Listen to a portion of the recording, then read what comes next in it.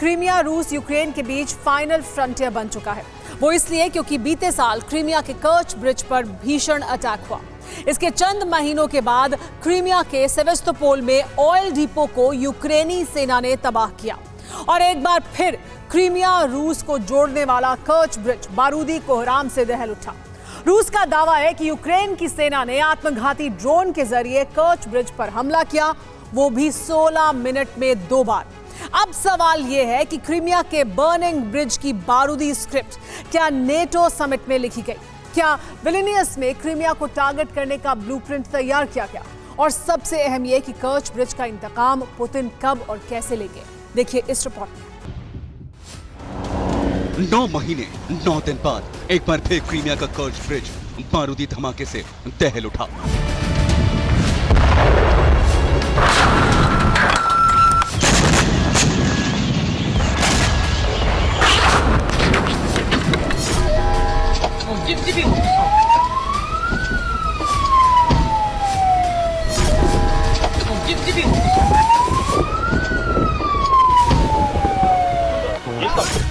आसमान से ऐसा विध्वंसक प्रहार हुआ जिसके चलते कर्च ब्रिज का बड़ा हिस्सा तहस नहस हो गया।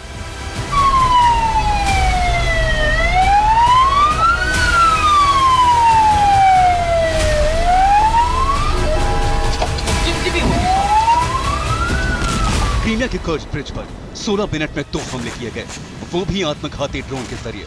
जी हां, भारतीय समय के मुताबिक क्रीमिया के कर्च ब्रिज पर 17 जुलाई को पहला अटैक सुबह 5:34 पर हुआ,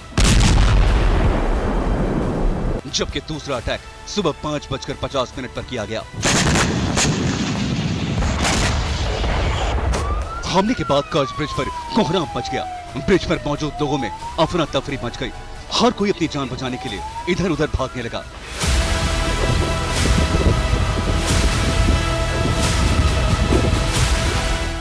रूसी मीडिया की माने तो ब्रिज हमले में सड़क मार्ग को भारी नुकसान हुआ। ब्रिज पर मौजूद सड़क के बीच गहरा गड्ढा हो गया। हमले के चलते ब्रिज पर मौजूद कार तबाह हो गई। कार में सवार पति पत्नी की मौके पर ही मौत हो गई। कार में मौजूद एक बच्ची गंभीर रूप से घायल हुई।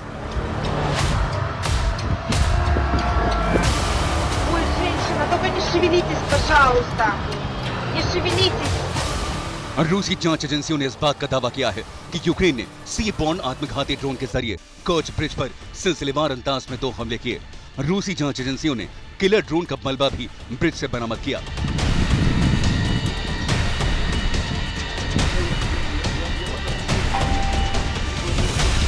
पिछले 9 महीने में दूसरी बार क्रीमिया के कर्च ब्रिज का दहलना कोई मामूली बात नहीं है। ये सीधे तौर पर रूसी प्रेसिडेंट पुतिन को चुनौती है और इस बात का पुख्ता सबूत भी कि रूस यूक्रेन जंग की आग अभी बुझी नहीं है, क्योंकि अब भी ज़ेलेंस्की का बदला बाकी है, अब भी यूक्रेनी फौज का प्रतिशोध बाकी है, अब भी जंग का असली क्लाइमेक्स बाकी है।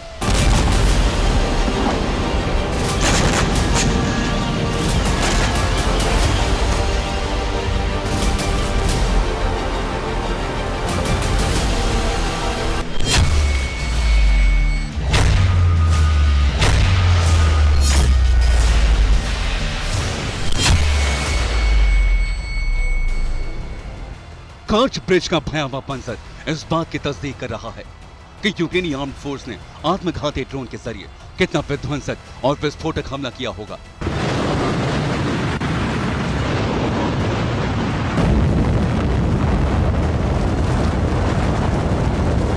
आपको बता दें, पिछले साल यानी 8 अक्टूबर 2022 को पहली बार रूस और क्रीमिया को जोड़ने वाले कर्च ब्रिज पर भीषण अटैक हुआ था और बारूदी धमाके के साथ ये पुल तबाह हो गया था। उस दौरान भी पुतिन का माथा ठनका और इस बार रूसी राष्ट्रपति आग बबूला हैं, क्योंकि कर्च ब्रिज पर हमला सीधे तौर पर पुतिन की महत्वाकांक्षाओं पर था। साल 2014 में रूस ने क्रीमिया पेनिनसुला पर कब्जा किया। उस दौरान क्रीमियाई मेनलैंड को रूस से जोड़ने की चुनौती थी, लिहाजा प्रेसिडेंट पुतिन ने ब्लैक सी पर कर्च ब्रिज को बनवाया। कर्च ब्रिज को रूस की ताकत का प्रतीक माना जाता था। अरबों रुपए की लागत से बनाए पुल रूस की शान था, लेकिन ज़ेलेंस्की ब्रिगेड ने बीते 9 महीने में 2 बार इस ब्रिज पर अटैक करके इसे तहस नहस करके ये जता दिया कि अब यूक्रेन के टारगेट पर न सिर्फ क्रीमिया का कर्च ब्रिज है, बल्कि पूरा क्रीमिया पेनिनसुला है।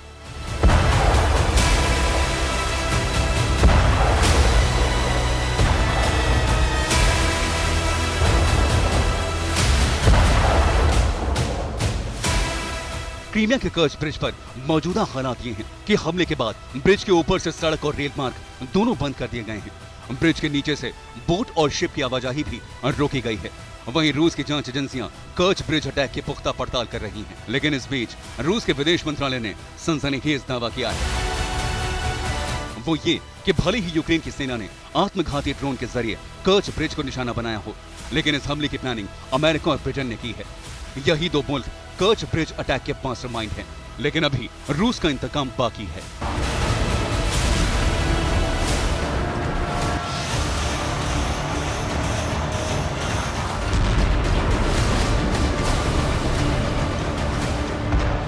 हमले के फौरन बाद पुतिन ने सुरक्षा परिषद की बैठक बुलाई। माना जा रहा है कि इस बैठक में यूक्रेन पर बहुत बड़े हमले का फैसला लिया जा सकता है। लेकिन रूसी विदेश मंत्रालय की तरफ से जो बयान सामने आए हैं वो तमाम तरह के सवाल खड़े कर रहा है। वो ये, क्या नेटो समिट में कर्च ब्रिज पर हमले की प्लानिंग की गई? क्या विलिनियस में क्रीमिया को निशाना बनाने का ब्लूप्रिंट बना? कर्च ब्रिज पर यूक्रेन का ड्रोन अटैक काउंटर ऑफेंस 2.0 का आगाज है।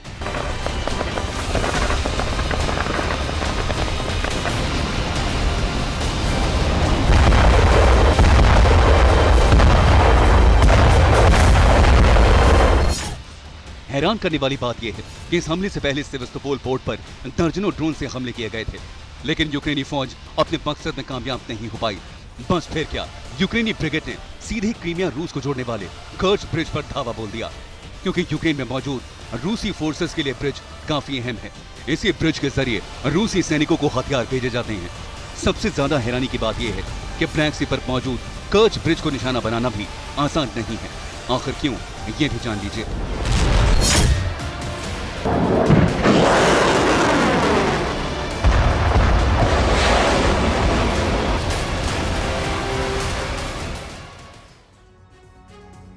क्रीमिया का कर्च ब्रिज पुतिन पावर का सबसे बड़ा प्रतीक माना जाता है।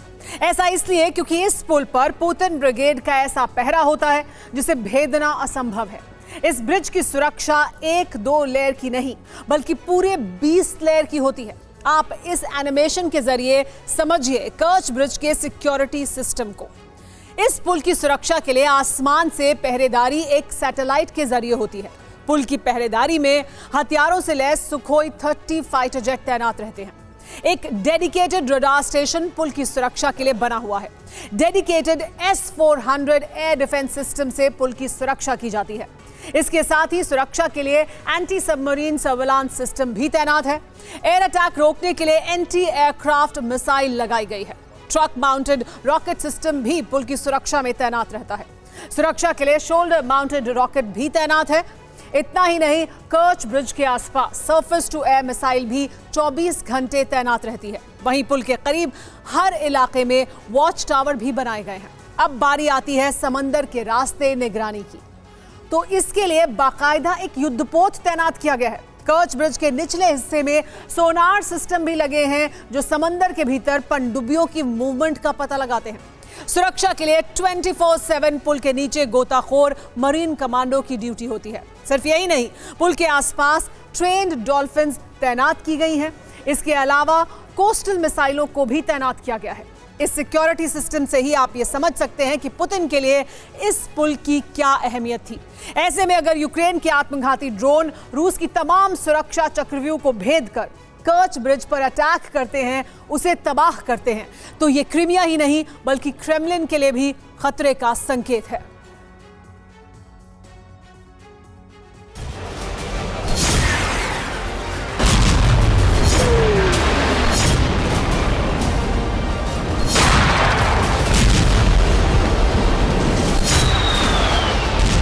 मतलब यह है कि क्रीमिया वाले वॉर फ्रंट पर रूस की खुले तौर पर घेराबंदी हो चुकी है। और जिस तरह से यूक्रेन ने क्रीमिया के कर्च ब्रिज पर धावा बोला है, जिस तरह से 9 महीनों में दूसरी बार कर्च ब्रिज को निशाना बनाया है, उसे तहस नहस किया है। इससे साफ हो गया है कि अब यूक्रेन पीछे मुड़कर नहीं देखने वाला।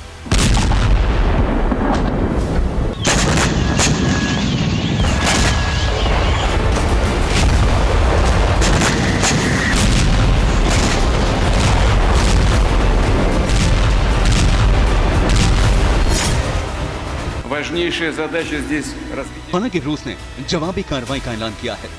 यूक्रेन से हिसाब चुकता करने की बात की है। मगर एक बात तो शीशे की तरह साफ है, वो ये कि ब्लैक सी और अज़ोव सी के बीच मौजूद क्रीमिया अब फाइनल फ्रंटियर बन चुका है। भले ही मौजूदा वक्त में इस पर कब्जा रूस का हो, मगर अब क्रीमिया को लेकर भीषण जंग शुरू हो चुकी है। हर हाल में क्रीमिया को यूक्रेन में शामिल करने की होड़ शुरू हो चुकी है। Bureau report, TV9 Bharatvarsh. Ukraine के पूर्वी हिस्से में वैगनर लड़ाकों ने जिस तरह से जंग लड़ी है, उसे देखते हुए संदेह होता है कि पुतिन वैगनर ग्रुप का रूस में आधिकारिक दर्जा खत्म कर सकते हैं। और अगर खत्म भी करते हैं तो बेलारूस में वैगनर्स का क्या काम? उन्हें वहां शरण दिलाना क्या पुतिन की ही कोई रणनीति है? ये सवाल ऐसे ही सवाल उठ रहे हैं। इसके पीछे संदेह का बड़ा आधार है और अब इस आधार को मजबूती भी रूस के ही एक सांसद दे दी है। वैगनर्स को लेकर क्रेमलिन की रणनीति है ऑपरेशन सुवाल्की। आखिर क्या है ये ऑपरेशन, देखिए इस रिपोर्ट में। ये तय था कि वैगनर्स और क्रेमलिन के बीच मतभेद दिखाकर प्रिगोजिन की प्राइवेट आर्मी को रूसी सेना से अलग किया जाएगा। ये तय था कि नए प्लान को जमीन पर उतारने के लिए वैगनर ग्रुप के लड़ाकों को बेलारूस में शरण मिलेगी।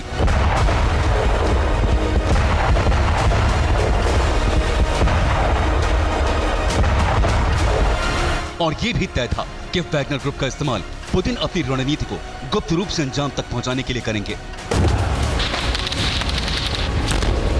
अब तय जंगी अभियान के तहत पुतिन ने अपनी सीक्रेट रणनीति को अंजाम देना भी शुरू कर दिया है। आपको जानकर हैरानी होगी कि यूक्रेन के पूर्वी हिस्से से वैगनर लड़ाकों को निकालकर उत्तरी सीमा वाले देश बेलारूस में बसाने का मकसद यूक्रेन के खिलाफ बारूदी अभियान की दिशा बदलना नहीं था, बल्कि मकसद था नेटो देशों के खिलाफ एक ऐसे ऑपरेशन को अंजाम देना जो एक साथ कई मोर्चों पर रूस के हित साधेगा।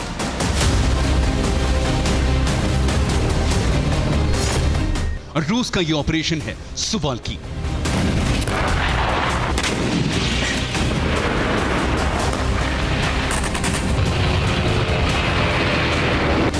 पश्चिमी रणनीतिकारों की कल्पना से परे, लेकिन सच यही है।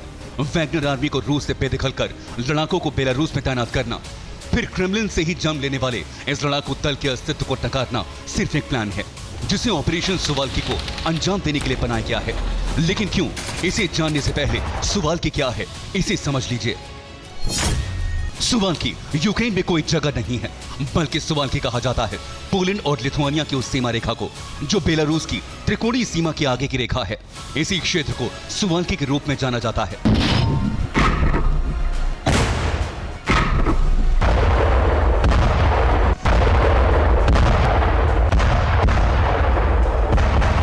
और इसी क्षेत्र को पुतिन तोड़कर अपने कब्जे में लेना चाहते हैं। यानी टारगेट नेटो है और नेटो की सबसे कमजोर कड़ी सुवाल्की को रूसी फौज के बिना प्राइवेट आर्मी के जरिए हासिल किया जा सके। उन्हें वहां काबिज करके यूक्रेन की जंग में नेटो फोर्स को संकट में डाला जा सके।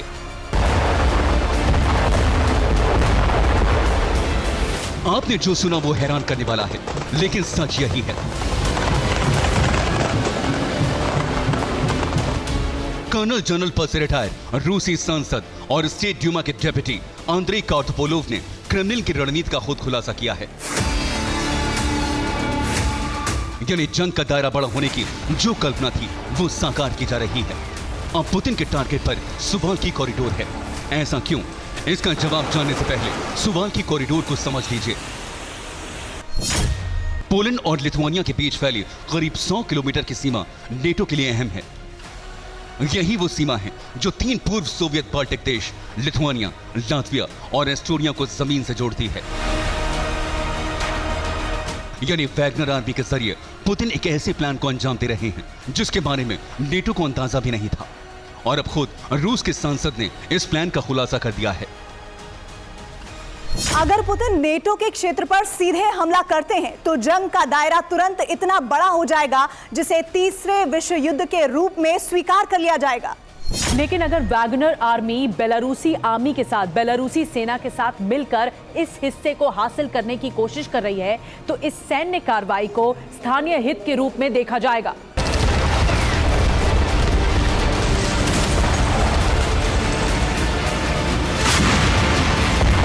अब जंग के मुहाने पर नई रणनीति के तहत दावा यहां तक किया जा रहा है कि सुवॉल्की कॉरिडोर पर कुछ ही घंटों में कब्जा किया जा सकता है। हालांकि जाहिर तौर पर यह इतना आसान नहीं होगा, क्योंकि रूस की रणनीति इतनी आसान भी नहीं है जिसे आसानी से समझा जा सके। इसलिए रूसी सांसद का खुलासा अब भी संदेह के दायरे में है।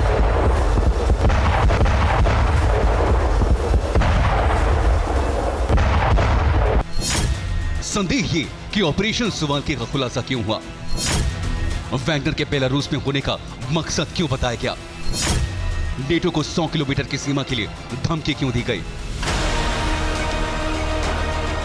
ये संदेह इसलिए हैं क्योंकि नेटो के लिए सुवाल्की कॉरिडोर का महत्व क्या है यह रूस अच्छी तरह से जानता है, और अब इस कॉरिडोर को बचाने के लिए नेटो भी ज्यादा ताकत लगाएगा, ये भी किसी से छुपा नहीं है। फिर भी टीवी इंटरव्यू में रूस के सांसद ने इस प्लान का खुलासा कर दिया। आखिर इस खुलासे का कारण क्या है? कारण हाल ही की हलचल से कुछ हद तक पता चलता है, और कारण यह है कि यूक्रेन को नए सिरे से हथियार सप्लाई हो रही है। नेटो के हथियार सप्लाई का रूट सुवॉल्की कॉरिडोर है, जहां से बारूद पोलैंड पहुंच रहा है। इसके अलावा पोलैंड में बेलारूस सीमा पर बढ़ी तैनाती भी एक बड़ा कारण हो सकता है।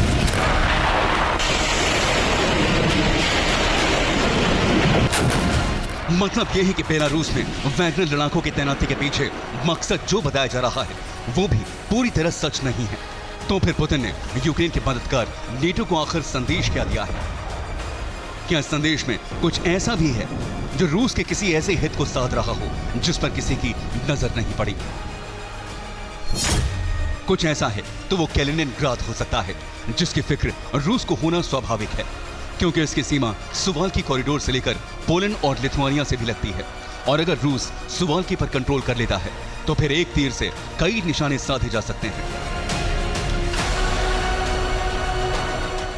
ऐसा संभव इसलिए भी है क्योंकि सुवॉल्की कॉरिडोर बहुत ही कम आबादी वाला क्षेत्र है, जहां वैगनर के जरिए रूस के लिए कब्जा आसान है। अब अगर ऐसा होता है तो फिर नेटो का फोकस यूक्रेन से हट जाएगा और रूस के लिए जंग में जीत आसान हो जाएगी।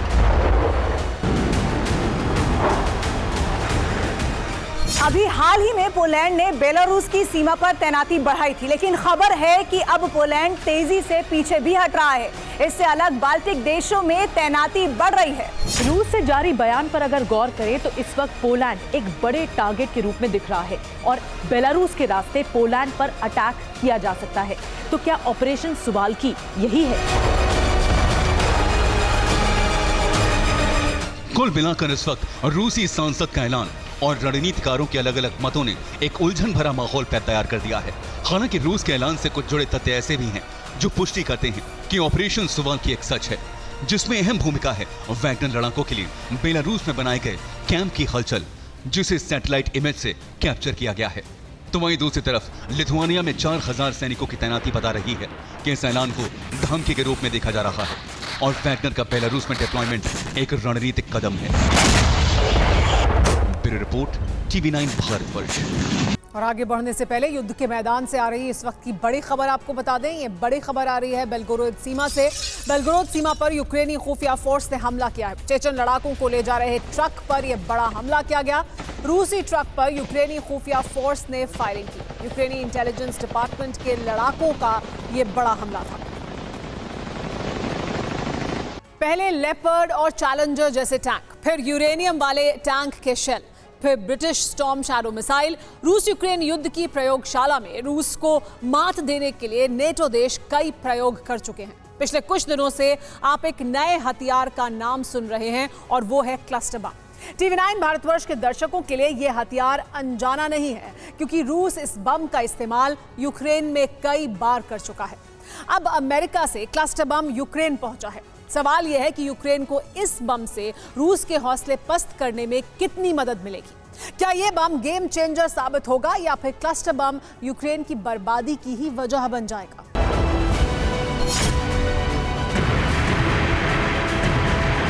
सिर्फ घातक नहीं बल्कि बेहद खतरनाक।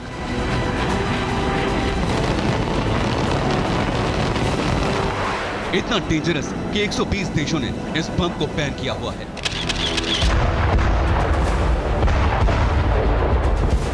एक बार जिस जगह इस बम की बारिश हो जाए वहां बरसों तक धमाके का खतरा रहता है। और अब इसी खतरनाक बम से लैस हो चुका है यूक्रेन। अमेरिका से बमों की पहली खेप पहुंचाई जा चुकी है।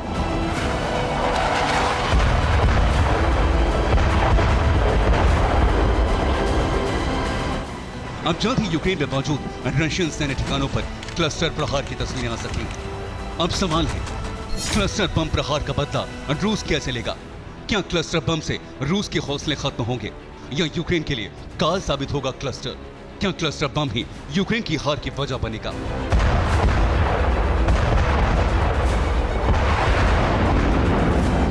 अंजाम क्या होगा, इसके संकेत पुतिन ने दे दिए हैं। क्लस्टर पर पुतिन ने एक इंटरव्यू में चुप्पी तोड़ी है। किसी भी वॉर में नंबर्स बहुत मायने रखते हैं और जब आंकड़ों का ग्राफ सामने आता है तो रूस यूक्रेन से बहुत आगे नजर आता है। पुतिन ने चेतावनी दे दी है कि रूस के पास क्लस्टर बम की कमी नहीं है। यूक्रेन के हर क्लस्टर प्रहार का मुंहतोड़ जवाब दिया जाएगा।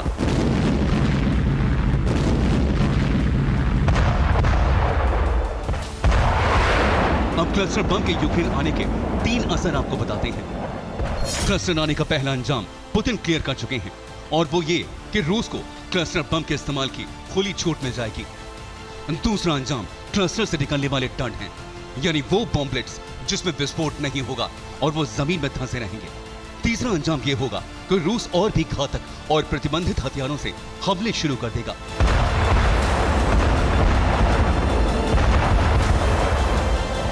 आपको क्लस्टर बम के डर्ट इफेक्ट के बारे में बताते हैं। क्लस्टर बम को ड्रोन या फाइटर जेट से गिराया जा सकता है।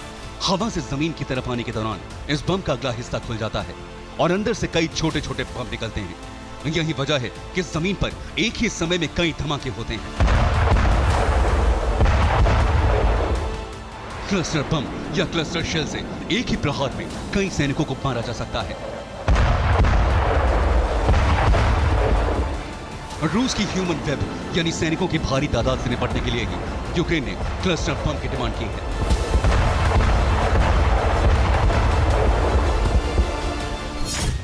क्लस्टर बम से निकलने वाले बॉम्बलेट्स जमीन पर आते हैं, लेकिन ये जरूरी नहीं कि क्लस्टर बम से निकला हर छोटा बम फट ही जाए।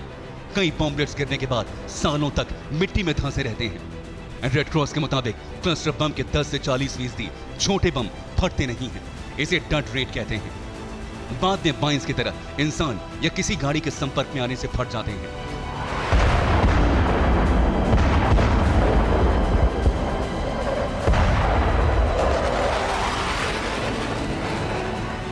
यही वजह है कि यूक्रेन से लेकर अमेरिका और यूरोपीय देशों में भी यूक्रेन को क्लस्टर बम देने का विरोध हो रहा है।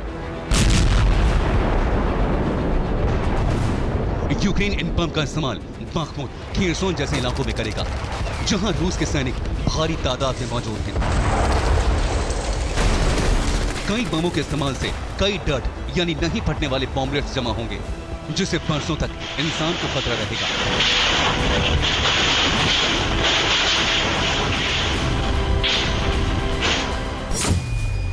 हालांकि अमेरिका का दावा है कि उसके क्लस्टर बम का डट रेट कम है। अमेरिका का दावा है कि उसके क्लस्टर बम का डट रेट सिर्फ 2.35% है, जबकि रूस के क्लस्टर बम का डट रेट यानी नहीं फटने वाले बॉम्बलेट्स का 30 से 40% है।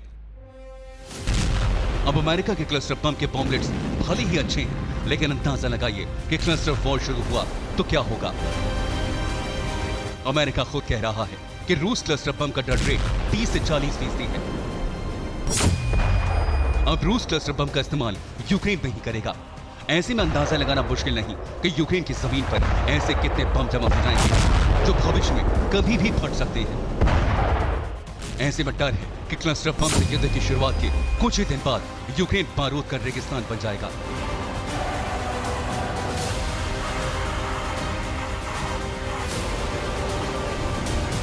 यानी क्लस्टर बम की वजह से हर तरफ से यूक्रेन की बर्बादी नजर आ रही है। अब आपको तीसरा पहलू भी बताते हैं, जिससे आपको पता चलेगा कि कैसे क्लस्टर यूक्रेन की तबाही की वजह बन सकता है। अमेरिका क्लस्टर बम देकर यूक्रेन को एक प्रतिबंधित हथियार से युद्ध लड़ने की खुली छूट दे रहा है और रूस इसका बदला अपने घातक बमों के इस्तेमाल से ले सकता है। यूक्रेन के पहले क्लस्टर प्रहार से रूस को प्रतिबंधित और घातक हथियारों के इस्तेमाल का मौका मिल जाएगा।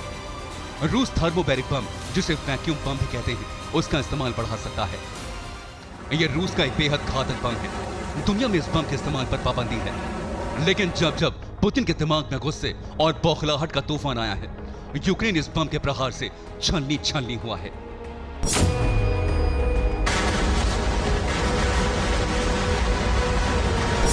ये बम जहां भी गिरता है, आसपास मौजूद इंसान और तमाम जीव तड़प तड़प कर दम तोड़ देते हैं।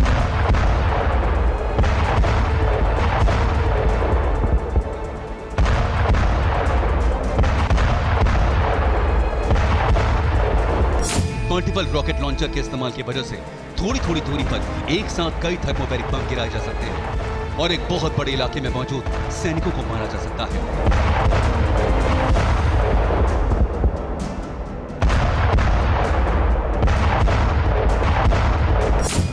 रूस केमिकल वेपन का इस्तेमाल भी शुरू कर सकता है।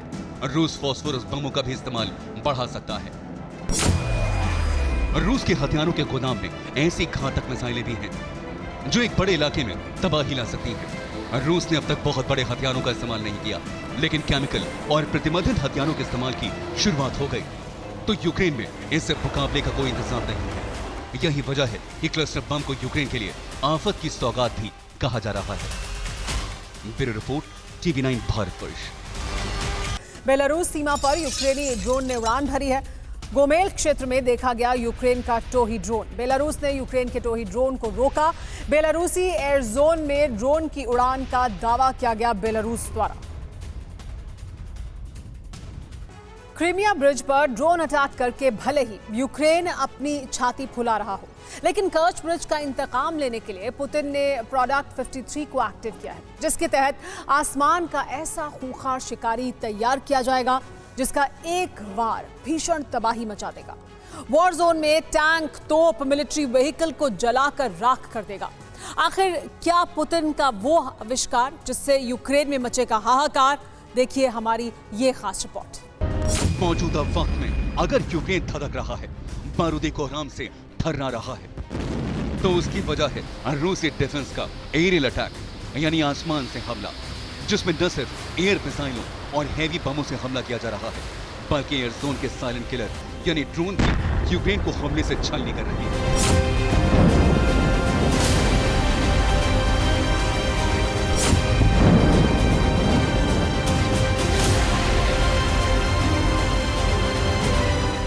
और जानते हैं यूक्रेन के अलग अलग प्रांतों, शहरों और रिहायशी इलाकों में रूसी डिफेंस हमले के लिए किस डेडली अटैक ड्रोन का इस्तेमाल कर रहा है। वो है ज़ाला लैंसेट कामिकाज़े ड्रोन।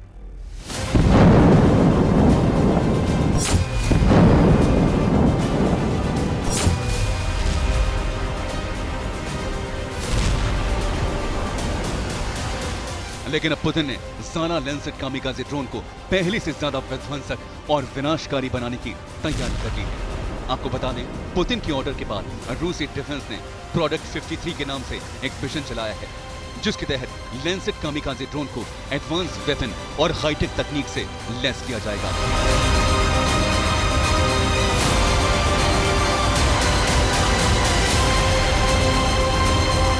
रूसी डिफेंस का दावा है कि लैंसेट कामिकाज़े ड्रोन की नई खेप पुराने ड्रोन से 50 गुना ज्यादा ताकतवर होगी और इस ड्रोन के जरिए टैंकों और मिलिट्री व्हीकल्स और आर्टिलरी तोप को भी आसानी से तबाह किया जा सकता है।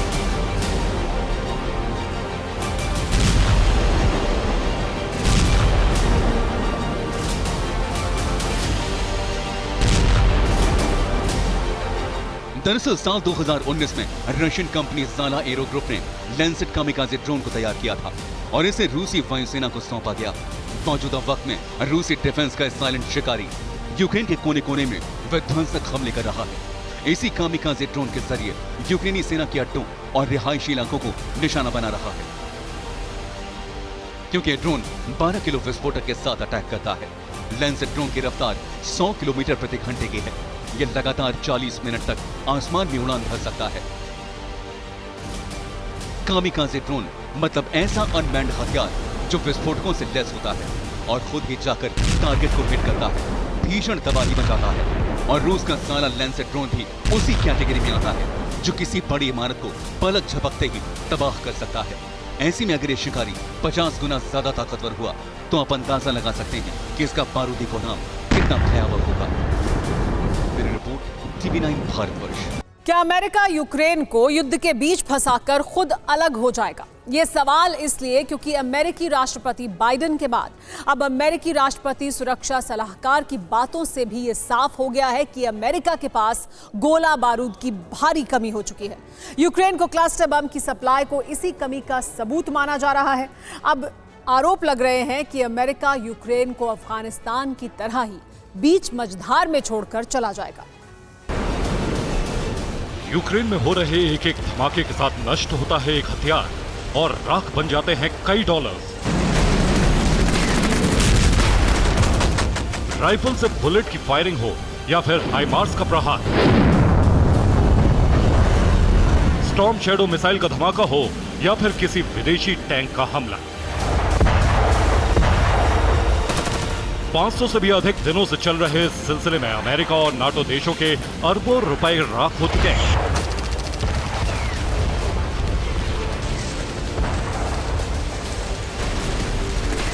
नतीजा फिर भी नहीं निकला। अमेरिका और नाटो की उम्मीदें अब भी पूरी नहीं हुई।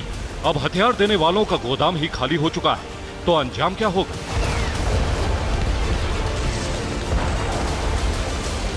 अमेरिका के एक ह्यूमन राइट्स एक्टिविस्ट के मुताबिक ज़ेलेंस्की ने बहुत बड़ी गलती कर दी।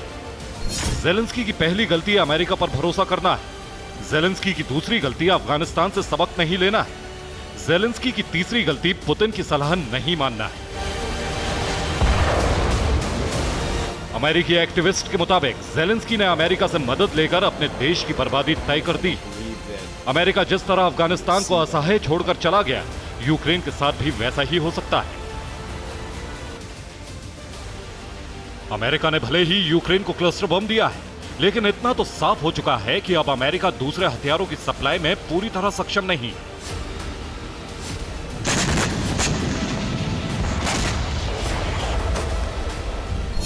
एक टीवी शो के दौरान अमेरिका के एनएसए जैक सुलिवन ने पूर्व राष्ट्रपति पर आरोप लगाया है।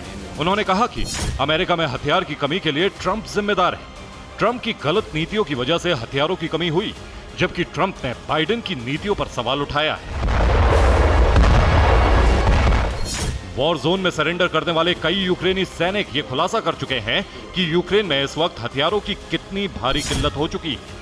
वीडियो में देख रहे इन सैनिकों के मुताबिक ट्रेनिंग के दौरान इन लोगों को सिर्फ 10 से 12 गोलियां दी जाती हैं। सरकार हथियारों की कमी को छिपाने के लिए ऐसे कई काम कर रही। यूक्रेन में हथियार ही नहीं बल्कि वर्दी और हेलमेट जैसे जरूरी चीजों की भी भारी कमी हो चुकी है। यूक्रेन का एक सैनिक इस वीडियो में अपना हेलमेट दिखा रहा है। उसका दावा है कि इस हेलमेट से पुराने शव जैसी दुर्गंध आ रही है। हेलमेट पर गोली के निशान भी हैं। रिपोर्ट्स के मुताबिक मरे हुए सैनिकों के वर्दी और हेलमेट उतारे जा रहे हैं। मृत सैनिकों के सामान को दूसरे सैनिकों को दिया जा रहा है। वर्दी और हेलमेट की वजह से कई सैनिक इन्फेक्शन का शिकार हुए हैं। अब सवाल है कि यूक्रेन को युद्ध लड़ने के लिए अब तक जो करोड़ों डॉलर्स की मदद दी गई है, उसका इस्तेमाल कहां हुआ? क्या यूक्रेन की किस्मत का फैसला अब पुतिन ही करेंगे या फिर नाटो देश इस युद्ध को खत्म करने का कोई रास्ता तलाशेंगे? Bureau report TV9 Bharatvarsh. Black Sea में रूस ने ऐसा चक्रव्यूह तैयार किया है जिसमें न सिर्फ यूक्रेन फंसेगा बल्कि उसकी मदद करने वाला नाटो देश भी शिकार हो सकते हैं। अगर रूस को रोकने के लिए नेटो ने हमला किया तो पलटवार के लिए पुतिन का ऐसा शिकारी तैयार है जिसके प्रहार से बारूदी बवंडर आ जाएगा। इस एक्सक्लूसिव रिपोर्ट में जानिए आखिर ब्लैक सी फ्लीट में पुतिन का कौन सा विनाशक वेपन शामिल हुआ है जिसने नेटो की नींद उड़ा दी है। ब्लैक सी में साइक्लोन, तबाह होगा यूक्रेन।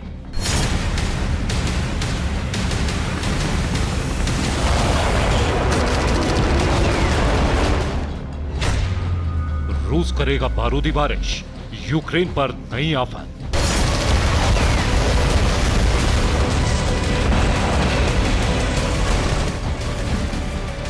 और ये आफत लेकर आएगा रूस का मिसाइल कॉर्वेट साइक्लोन, जो ब्लैक सी फ्लीट में शामिल हो चुका है। बस पुतिन के ऑर्डर की बारी है।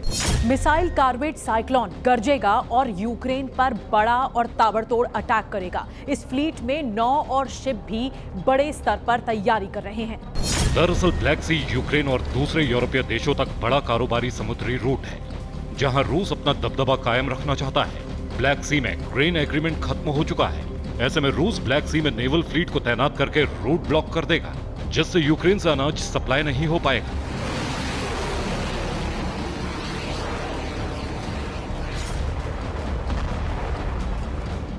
ऐसे में इस बात की पूरी आशंका है कि नाटो रूस पर हमला कर सकता है, इसलिए रूस ब्लैक सी में जबरदस्त घेराबंदी कर रहा है। ऐसी भी खबर है जहां साइक्लोन कॉर्वेट को 12 जुलाई को ब्लैक सी फ्लीट में शामिल कर लिया गया। वहीं रूस का कॉर्वेट डिमित्री रोगाचेव भी ब्लैक सी के लिए रवाना हो चुका है, जो अभी इस्तांबुल के पास बॉस्फोरस स्ट्रेट में तैनात था।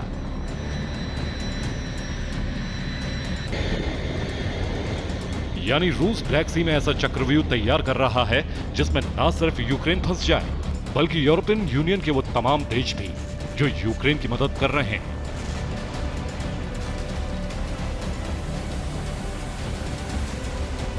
और इस चक्रव्यूह का सबसे बड़ा खिलाड़ी साइक्लोन कॉर्वेट है, क्योंकि ये कई खूबियों से लैस है।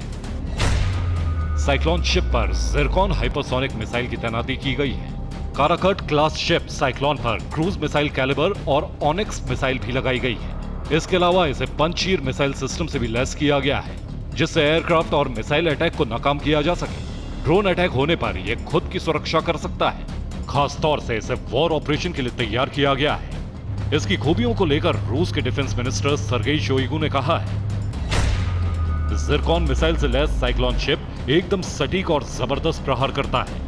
समंदर और जमीन दोनों पर ही हमला करके दुश्मन को दहला सकता है। रूस का दावा है शिप पर लगी मैक 9 स्पीड वाली जिरकॉन मिसाइल अमेरिका की नेवी के पास मौजूद हार्पून और टॉम हॉक मिसाइल से तेज और ज्यादा घातक है, इसलिए साइक्लोन कॉर्वेट पर इसे लगाया गया है।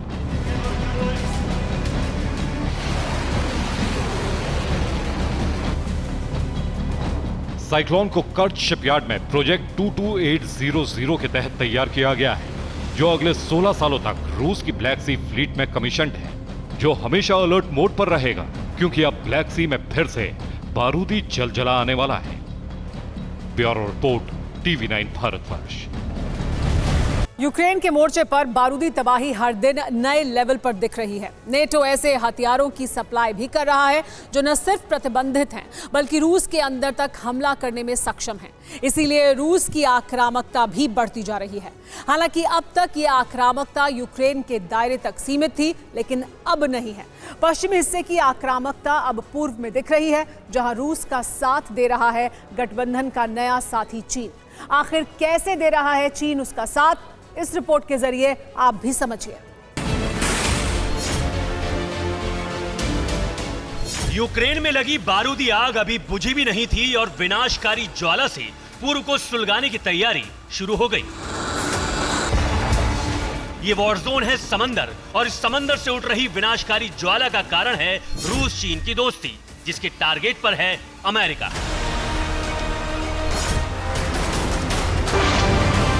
समंदर में गरज रहे वॉरशिप, फ्रिगेट्स और आसमान में दहाड़ रहे फाइटर जेट्स, ये रियल वॉर एक्सरसाइज है, जिसमें पहली बार रूस चीन के साथ नेवल और एयरफोर्स संयुक्त एक्सरसाइज कर रहा है।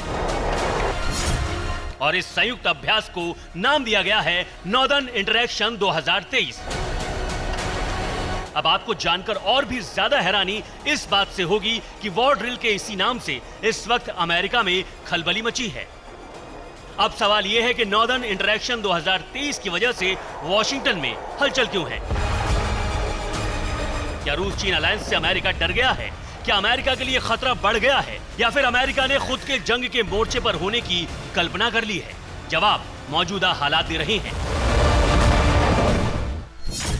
दरअसल रूस चीन का संयुक्त युद्धाभ्यास ठीक जापान के मुहाने पर जापान सागर में ही हो रहा है। यानी ये ड्रिल नहीं, अमेरिका को सीधी चुनौती है।